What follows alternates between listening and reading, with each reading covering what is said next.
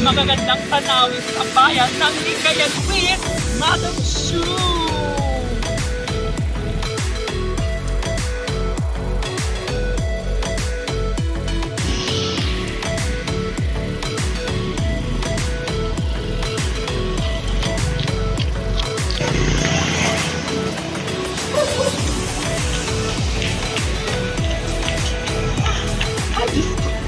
Ayan, napunta na naman tayo dito sa isang place dito na kung saan is ang mini-tent type, mga furniture. Buti na lang may upuan. Baka pwedeng umupot.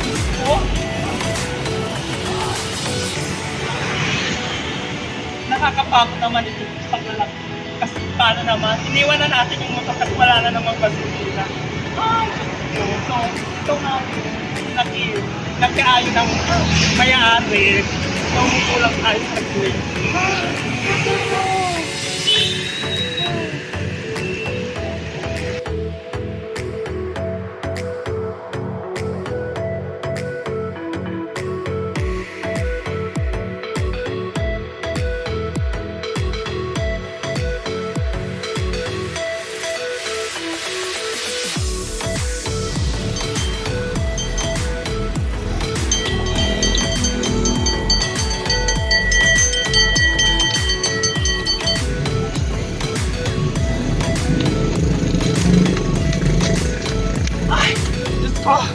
Ito nga, dahil sa tagpo na narating na bayan ng Binmaloy dito sa, siyempre, lalawigan rin ng Pangasinan. Nakakapagod pero worth it namang tumakbo ng tumakbo. Kasi walang sayang na gasolina. Well, anyway, pa rin tayo kasi marami pa tayo. Atakbo eh. Bye-bye!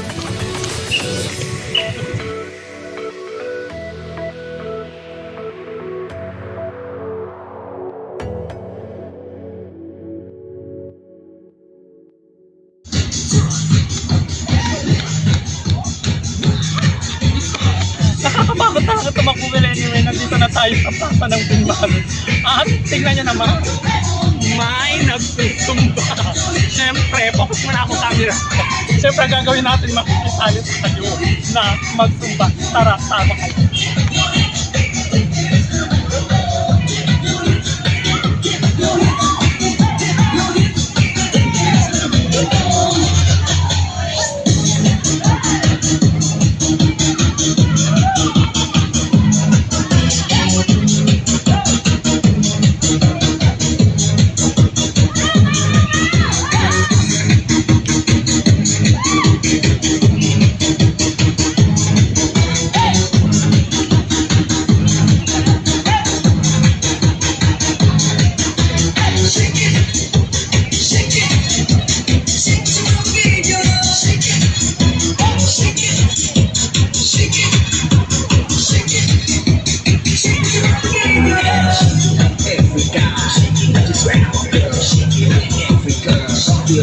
Siyempre, at malakas na naman tayo ulit kasi nakapag-exercise na tayo. Siyempre, tuloy na tayo sa ating pagkakbo. Tara na!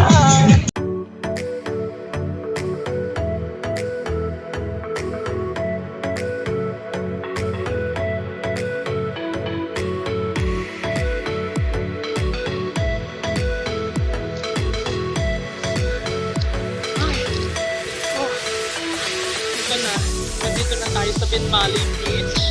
Pero syempre hindi pa rin natin nararating yung tinatawag na Lingayen Beach.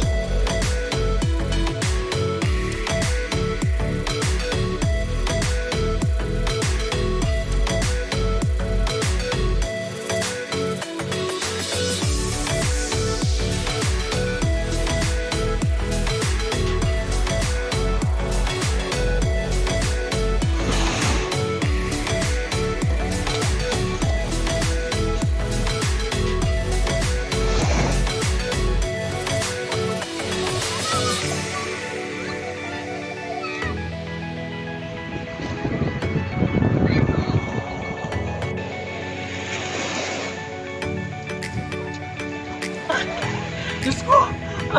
May mga kasyo!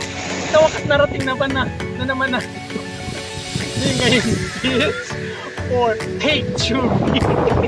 Pero kailangan pa rin natin sumabot para makita natin yung mga ibang magagandang lugar po dito. Kaya samahan niyo po ako, mga kasyusyu.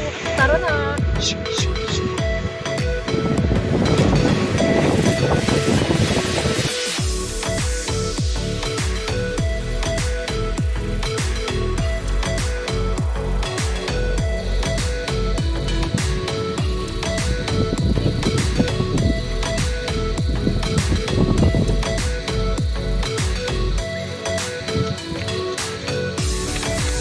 Hello mga kasyuso! Ito na natin na naman natin ang ating objective na pumunta dito sa tinatawag nilang napakagandang Capitol City.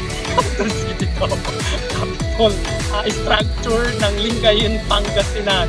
So, sa susunod po mga kasyu, samahan nyo na naman po kami ulit sa panibagong adventure sa Diary ni Madam Shu.